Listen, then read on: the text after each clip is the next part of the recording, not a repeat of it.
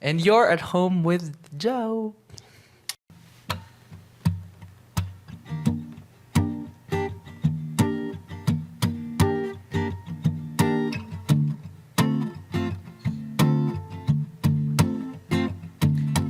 Wag kang aalis, wag ka munang umuwi.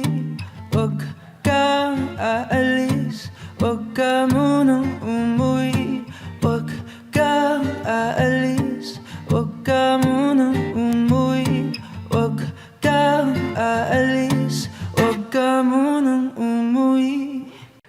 Actually, nag-start lang siya simula nung nag-break kami nung first relationship ko way back 2021. Dati sinishare ko lang yung music ko sa platforms like TikTok, SoundCloud, YouTube, ganyan. And hindi ko naman in-expect na makikita ko ng record label ko ngayon, which is yung Police Records. And yun, ever since nun, kasama ko na yung team ko, yung label ko, sa pag-grow ko as an artist. So, yeah. So, salamat sa pag-break ng puso ko. Shout out sa'yo. Huwag ka munang umuwi. Dito ka lang muna sa aking tabi.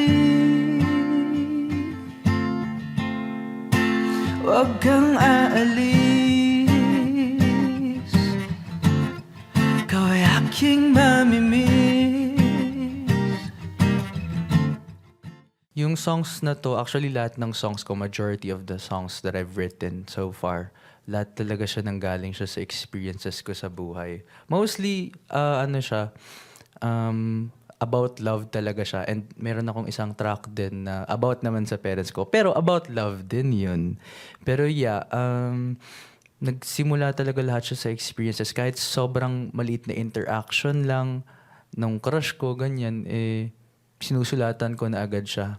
And sana maraming tao ang makarelate dun sa experiences ko nun. And so far, sa mga nare-receive ko na feedback, messages, ganyan, marami namang tao and may mga tao din nakaka-relate and pares din pala kami nung na-experience, which is, yun yung goal ko, is to touch other people's hearts through my stories. So, yun. Stay ka muna, please. Panakaw naman ako ng kiss. Huwag ka muna umuwi.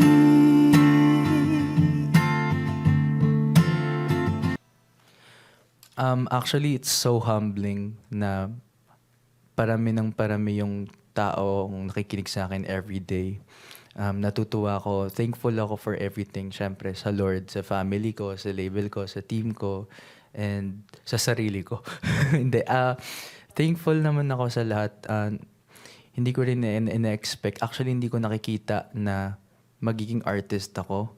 Hindi ko nakita na gagawin ko to, na andito ko ngayon sa home radio. Hindi ko in-expect kasi dati talaga, before I started writing, aral lang talaga yung ginagawa ko eh. Pero, syempre, nung bata pa naman ako, dati-dati pa, music na talaga yung buhay ko. It's just that, nabuhay lang siya dahil dun sa breakup. So, ayun, thankful for everything. Thank you to the Lord sa mga blessings niya na binibigay niya sa akin. So, yeah. Para sa atin, tumatamis na gabi. Huwag kang aalis, ikaw ay aking mamimiss. Stay ka muna, please. Huwag ka munang umuwi. Nasulat ko siya last year dahil sa interaction namin ng isang old flame ko. Actually, nag-usap kami. Una kaming nag-usap way back 2021 pa. And ever since noon, nung usap na yun, hindi na siya natuloy.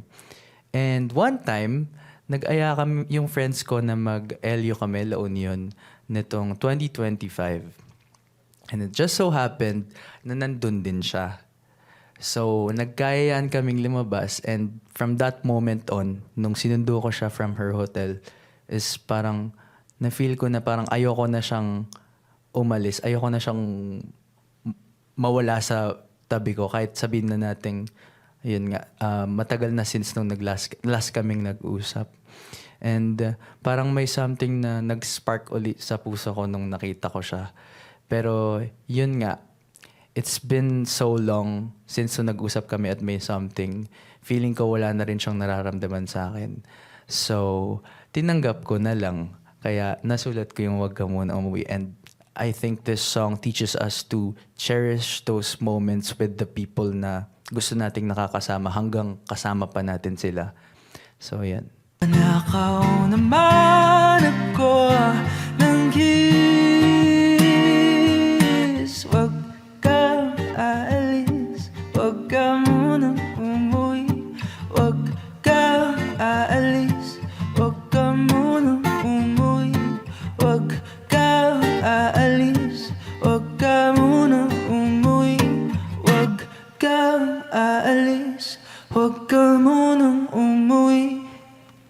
My plans for this year is to have more shows and para maglabas pa ng masasakit na kanta. Yung kasi ginagawa ko eh. Anyway, more shows talaga kasi gusto kong nakikita harap-harapan yung mga taong nakikinig sa mga story ang nilalabas ko.